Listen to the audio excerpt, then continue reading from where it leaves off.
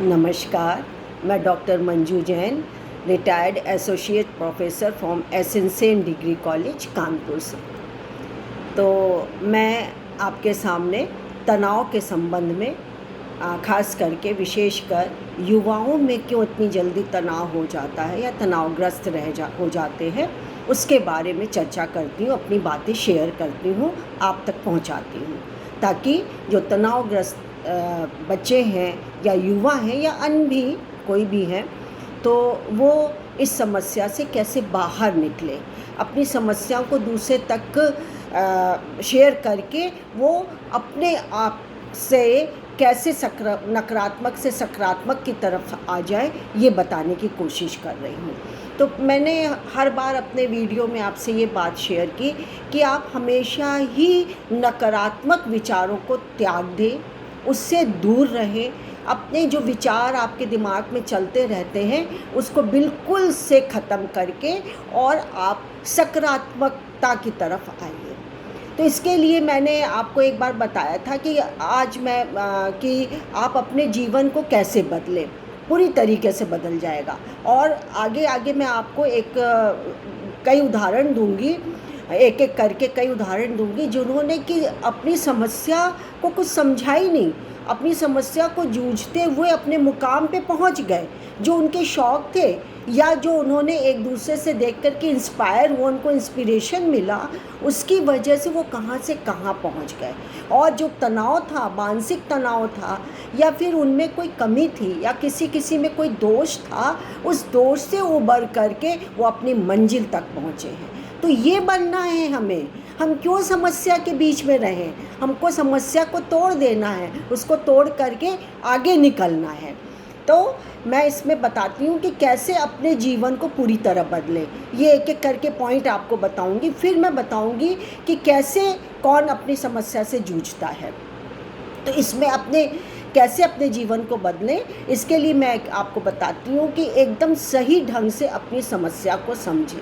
मतलब कि जो भी समस्या है, आपके अपने फ्रेंड की समस्या, आप ड्रग एडिक्ट हैं या आपकी नाखून चबाने की आदत है या आपके आसपास का परिवेश अच्छा नहीं है, माँ बाप से आपकी नहीं निभती है, तो आप अपने में देखिए कि चारों तरफ मुझमें ही क्यों ऐसा होता है, मेरे ही साथ ऐसा क्यों होता है कि ठीक से लोग नहीं बोलते, मेरा दोस्त मुझको दोस्ती करके छोड़ देता है या अपनी बातें शेयर नहीं करता है। तो अपने में आप इस गलती को ढूंढिए और ढूंढने के बाद आप उस समस्या को धीरे धीरे उसका निदान करिए, तो आप इस जंग को डेफिनेटली जीतेंगे और इस अवसाद से आप बाहर निकलेंगे।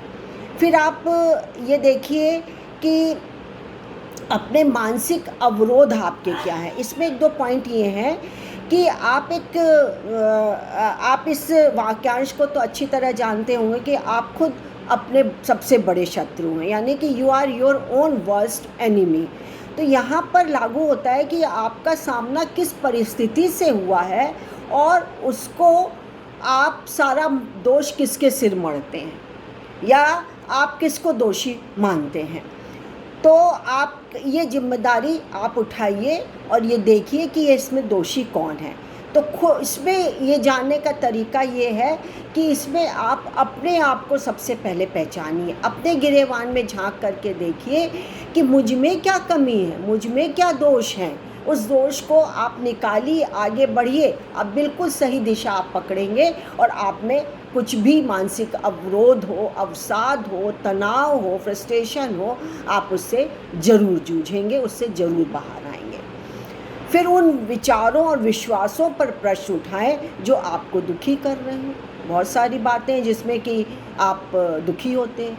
नौकरी है तो बॉस अच्छा नहीं है, नौकरी है तो घर से बहुत दूर तक जाना पड़ता है, बहुत दूर जाना पड़ता है तो मुझे सवारी नहीं मिलती है, जो सवारी मिलती है वो अनाप शनाप पैसे मांगती है, कभी कुछ मांगती कभी कुछ मांगती है, मुझे घंटों धूप में खड़ा रहना पड़ता है, जब देर हो जाती है ऑफिस पहुंचता हूँ तो बॉस मुझे कुछ खरी खोटी सुनाता है वगैरह वगैरह। तो आप हर समय अपने विचार और अपने विश्वास को, इस प्रश्न को उठाएं कि आप दुखी क्यों हो रहे हैं, क्यों हो रहे हैं। यदि डांट रहा है बॉस तो आपको कन्विंस नहीं मिला ना, आपकी गलती हुई ना, सिर झुका करके मान लीजिए उसको, सॉरी बोल दीजिए, कुछ नहीं जाता और आप तनाव मुक्त हो जाएंगे। आप करके देखिए, आजमाया हुआ है ये फॉर्मूला कि आप यदि समस्या से, इस तरीके की समस्या से कि मुझे देर हो गई, एग्ज़ाम छूट जाएगा, मेरा पेपर छूट जाएगा, मुझे रिक्शा नहीं मिलेगा, मुझे ई रिक्शा नहीं मिलेगा, मुझे बस नहीं मिलेगी, बस में किचिर पिचिर होगी,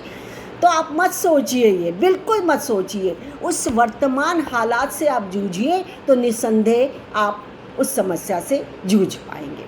मैं आपको अब एक एक उदाहरण दूंगी, आज एक दूंगी, लेकिन हर बार एक ना एक ऐसे इंस्पिरेशन मिलने वाली आपको या पॉजिटिविटी आपके सामने लाऊंगी जो कि आप देखेंगे कि अरे ये कैसे हो गया।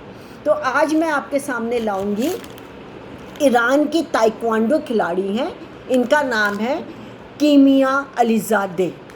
तो कीमिया क्या थी, एक जब 7 साल की थी तभी इनके मन में था कि मैं कुछ ना कुछ करूं, लेकिन ईरान में बहुत सख्ती रहती थी, वहाँ पर खेल कूद तो क्या, किसी भी चीज़ के लिए महिलाओं को छूट नहीं दी जाती थी। जब ये हमारे इस्लामिक क्रांति आई उसके बाद एक ईरान के आसपास शहर है एक करज करके, उसमें थोड़ी बहुत छूट मिली। उसमें भी थोड़ी बहुत छूट ये मिली कि पुरुषों को तो अधिकार दे दिए खेल के, कूद के, नौका विहार के, शूटिंग करने के, सब चीज़ के, लेकिन महिलाओं को नहीं दी गई।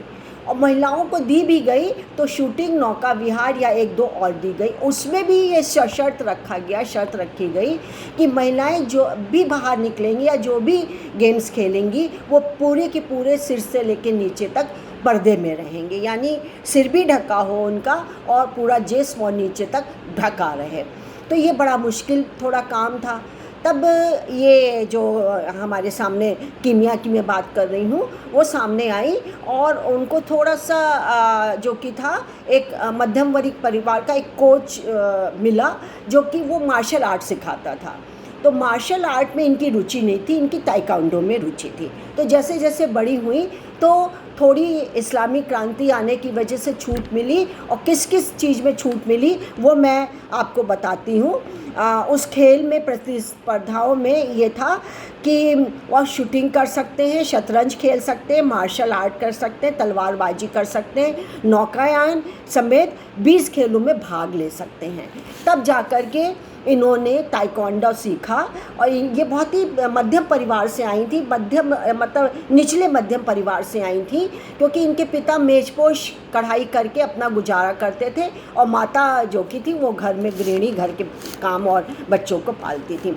तो ये बहुत बड़े परिवार के नहीं थे। और दूसरा ये कि इनका स्ट्रगल इतना ज़्यादा था कि घर से निकलने नहीं दिया जाता था। फिर धीरे धीरे इन्होंने स्वयं को अपने को मजबूत किया और फिर ये सबसे पहले ईरान के लिए खेली ताइक्वांडो, मतलब इन्होंने खेल किया और उनको कांस्य पदक जीता। इन्होंने दूसरे प्रतिस्पर्धी को हरा करके उन्होंने कई मेडल जीते। उसके बाद अपने एरिया यानी कि नेशनल वाइज इन्होंने जीता और बाद में अंतर्राष्ट्रीय इंटरनेशनल खिलाड़ी के रूप में माने जाने लगी। और आज कोई भी इनकी परिचय का मोहताज नहीं है। 21 साल की इस अल्पायु में ही उन्होंने कई पदक जीते और आज महिलाएं उनके पद चिन्हों पे चलती हैं, उनका रोल मॉडल बन गई हैं। तो आप बताइए हम तनाव में क्यों रहें? हम भी तो किसी के रोल मॉडल बन सकते हैं या किसी के रोल मॉडल को बना सकते हैं और उस दिशा में चल करके अपने तनाव को कम कर सकते हैं। Be positive. आज के लिए बस इतना ही। नमस्कार।